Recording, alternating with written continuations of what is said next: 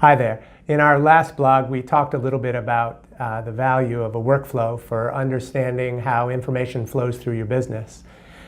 Today, I want to spend a little bit of time talking about what a good workflow looks like, and maybe show you an example as well. Hi, my name is Michael Lushington, and I'm the COO of Fourandhalf, and today we're going to talk about what a good workflow looks like.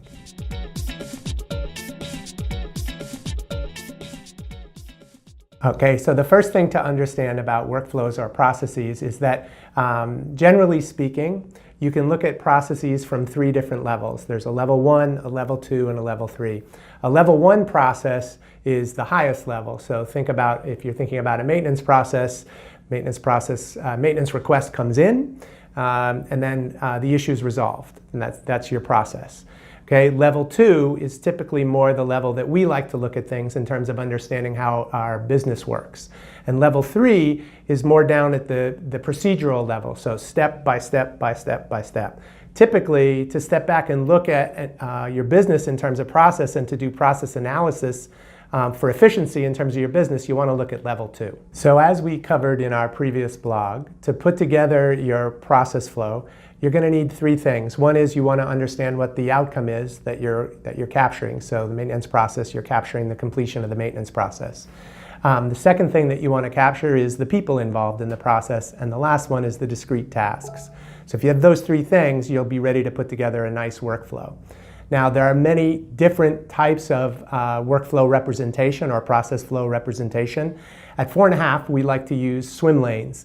We like swim lanes because you can clearly see the accountable party, you can see the task, and then if you want to drill in to that level 3, to that procedural level, you can even drill in and connect that level 3 to the level 2 process model. And we'll show you that in just a minute.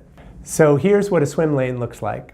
If you look over on the left-hand side, you're going to see the people or the actors involved in moving the process along.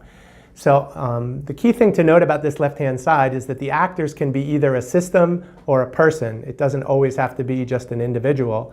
And then over on the right-hand side, you can see the lanes extending across, and then you can see arrows connecting the different task boxes associated with each of the individual tasks that are being performed.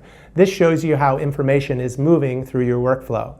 And then if you want to go to that detailed level, like we talked about, that level 3 or procedural level, you can go into each individual box and type out the detailed procedures associated with each of those boxes. That way you not only have this more high-level view of how the information's moving, but you also have a detailed step-by-step procedural account of how you're getting things done at the task level. So looking carefully at this swim lane model, you can see that if you fill out each of these boxes and associate them with their lane in terms of each of the actors associated with the individual tasks, and then connect the dots with flows, with arrows that create direction in terms of the workflow, you get a sense of how the information's traveling in a process. Also, if you have things like decisions that need to be made, those are typically represented by a diamond shape and a yes/no. So if the answer is yes, you can follow the arrow to a particular set of tasks that occur when that decision is yes. Or if the answer is no, you can follow the arrow or the flow to a box that indicates what happens if the answer is no. And that way you can represent both the decision aspect of your workflow as well as the individual discrete tasks. So hopefully looking at this, you get some idea of how to put together a workflow.